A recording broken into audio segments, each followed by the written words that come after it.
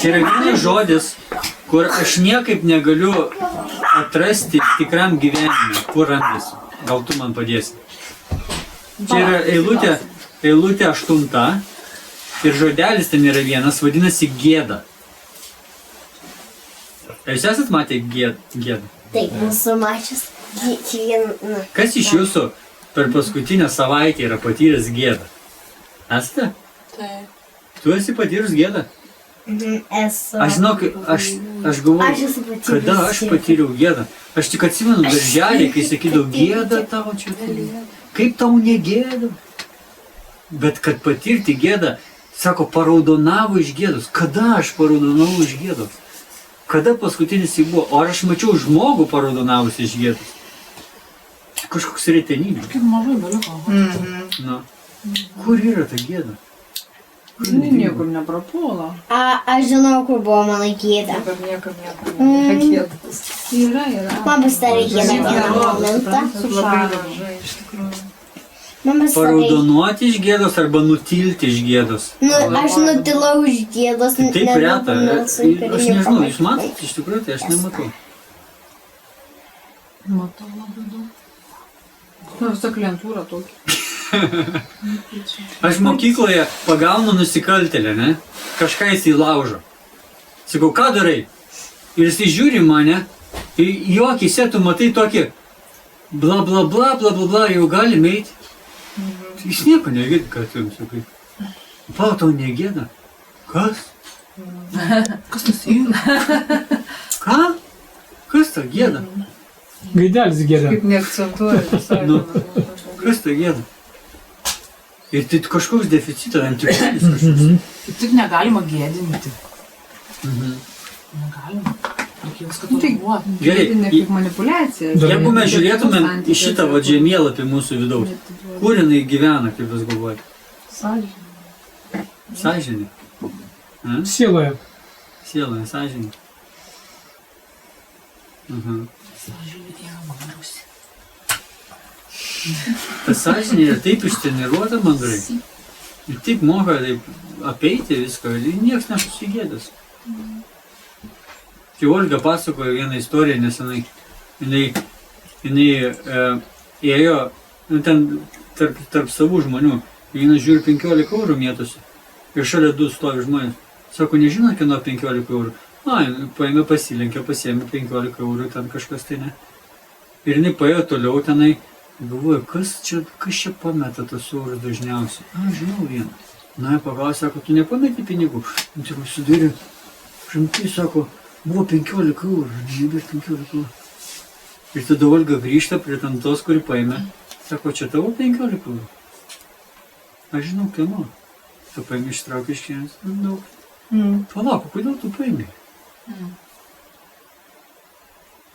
Jokios gėdos. Antai, jeigu niekano tai paėmė. Vadien, aš žinau. Nešiukšliuosi, juk reikia surinkti. Bet ir jokios gėdos. Čia tai pasme, aš kiekvieną dieną tai darau. Nu ir kas? Va tiesiog suplanto kažkokį, tipo, ypač, va, žinau, kad popieriai yra medžiai. Ir Kodėl jinai pameta? O gal Dievas norėjo perduoti kam nors tą filmą? Ne viską pameta. Tada jos ir mašiną reikėtų perduoti kam nors ir butą. Viską reikėtų perduoti. Ar butą pameta žiauriai? Raktėlis, nu butą. Tas taip pat pasimena. vis negu gniušimės. Na gerai, pažiūrim dar sėki tą eilutę. Danieliaus 9, 8. Taip, kartais ir smegenis pameta irgi reikia perduoti, mėsos kombinatą. Labdarį. Gerai, 8 eilutė. Viešpatė mums, mūsų karaliams, kunigaikščiams ir mūsų tėvams gėda. Nes mes nusidėjome tau. Ar tai susiję yra su gėda? Ir mes šiandieną kalbėjome pirmoji daly apie, tiksliau aš kalbėjau penktadienį, mes šiandien irgi kalbėjome, ne? Ką kalbėjom penktadienį apie, koks pirmas klausimas yra, kai tu numėsi. Kalbėjom šiandien? Taip. Ja. Namo, kaip blogai kartuot pamokslus, paskui nebežinai kiek ir kur. Gerai, kada tu numirsi, pirmas dalykas, ką tu pamatysi arba išgirsi, tai yra, eina savo Dieve, tu iš tikrųjų esi? Ne, bet tai mes kalbėjom. Gerai, gėda, nes mes nusidėjome tau. Jeigu po mano mirties pirmas dalykas yra, rimtai tu esi? Tai tada ant ko galėjo stovėti gėda visą mano gyvenimą, jeigu jo nebuvo? Jeigu jo nebuvo. Jeigu jisai buvo tik tai atseit, ant Biblijos parašyta Dievo Biblija, ne? O visa kita buvo ne Dievo, o išmintis, man reikia apsukrumo, gudrumo, mandrumo ir taip toliau. Bet nebuvo Dievo, tada aiškus, o kur tada gėda? Nes gėda turi būti įsikibusi į tai, kad tas, kuris tave sukūrė ne taip elgtis. Ir kaip tau negėda, kurie jo akise. Patarlių 1.7 sako, viešpaties baimė yra išminties pradžia. Viso ko, visos išminties pradžia. O jeigu viešpaties nėra, tada ar išmintis prasidėjo?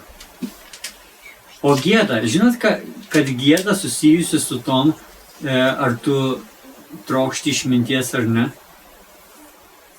Nes jeigu tu trokšti išminties ir tavyje gyvena nuodėmė, tau gėda, kai tu trokšti išminties, tu tai darai. Ar ne? Jeigu tu netrokšti išminties, tau gėda, kodėl tu pasirinkai netrokšti išminties, kaip tau negėda? Bet jeigu nėra viešpaties baimės, tai nėra jokios išminties. O jei nėra jokios išminties, nėra jokios gėdos, nes visa tiesa yra, o koks skirtumas? Atsimenat, kai Jėzus paklausė pilotas, ne, kai jį suėmė ir Jėzus paklausė, ar tu esi karalius, jis nesimenu tiksliai, bet Jėzus pasakė, ar kas yra tiesa, ne? Kaip ta vieta yra? Reikia atsiversti man. Gerai mintis. Jo, kur mano yra tas ChatGPT? ChatGPT, kas per. Gerai, jau. Ne apaštalų ten bus, o Evangelijos.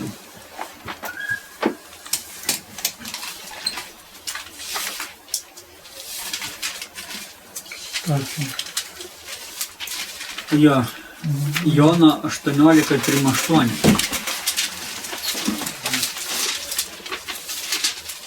Jono pirmas? Ne, Evangelija. Jono Evangelija.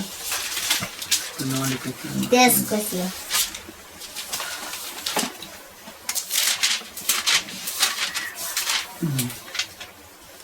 Reikia truputį anksčiau paskaityti. 37 eilutė. Tada pilotas jį paklausė, vadinasi, tu esi karalius. Jėzus atsakė, taip yra, kaip sakai, aš esu karalius. Aš tam gimiau ir atėjau į šį pasaulį, kad liudyčiau tiesą. Kiekvienas, kas laikosi tiesos, klauso mano balsą. Pilotas jo paklausė, o kas yra tiesa? Svenas? Jūs gudrus klausimas. Palauk, pilotė, tu valdai visą tautą ir tu nežinai, o kas yra tiesa? Kaip tau negėda? O kas yra gėda? Tai, nes jeigu nėra tiesos, tai nėra gėdos. Jei nėra gėdos, žinot, kas yra? Iškrypimas beribis. Nes nieks tavęs nestabdo. Tau negėda. Ir pilotas, jisai atstovauja pasaulį, pasaulio valdžią. Ir sako, o kas yra tiesa? Ir Jėzus sako, aš esu tiesa. Ką? Tai nukryžiuokim. Taip. Nes mes tai gyvenam ten, kur nėra tiesos. Kitaip sakant, tu turi tiesą, aš turiu tiesą, tu turi tiesą. Ir galiausiai visos skirtingos. Koks skirtumas? Svarbu mums gerai. Ne? Kažkaip, išgyvenkim, nenužudė viens kitur ir viskas. Ir kas yra tiesa? Taigi žodis gėda, iš kur jisai gaminasi? Jeigu Dievas yra, jeigu jisai mato, jisai norėtų, kad mano gyvenimas tam tikrų būdų būtų. Ir tai yra išmintis. Ir jeigu aš pasirinku kitką, man gėda. Bet jeigu nėra Dievo, tai kaip mano gyvenimas turi atrodyti? O koks skirtumas? Tai aš pasirinkau bet kaip ir man negėda. Nes nėra tiesos. Patarlių 9 skyrius.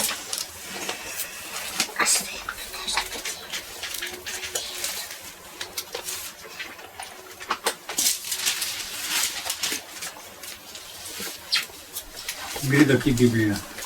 Labai gerai. Šventa, ne? Atsiverčia iš ko. Jis šventa yra. A, Patarlių 9 skyrius 6 eilutė. Atsisakykite kvailystės ir gyvenkite. Ir kada tu pilotui sakai, atsisakyk kvailystės ir gyvenk. Žinot, kas jo klausimas koks būtų? O kas yra ta kvailystė? Nes viskas protingai atrodo. Nes nėra tiesos, kuri pasakytų, čia kvailystė, o čia išmintis. O kas ta kvailystė? Kaip tau negėda, o kodėl turėtų būti gėda? Todėl gėda, jinai prisirišusi yra prie išminties, o išminties pradžia yra Dievas, kuris viskame tave mato ir jam rūpi, ir be jo mes nežinome, kaip iš tikrųjų viskas turėtų būti. Daug tiesų tada. Ir jeigu mes norime atsisakyti kvailystės, mums reikia žinoti, kas yra kvaila, kas yra protinga. Ir be Dievo mes negalim to sužinoti.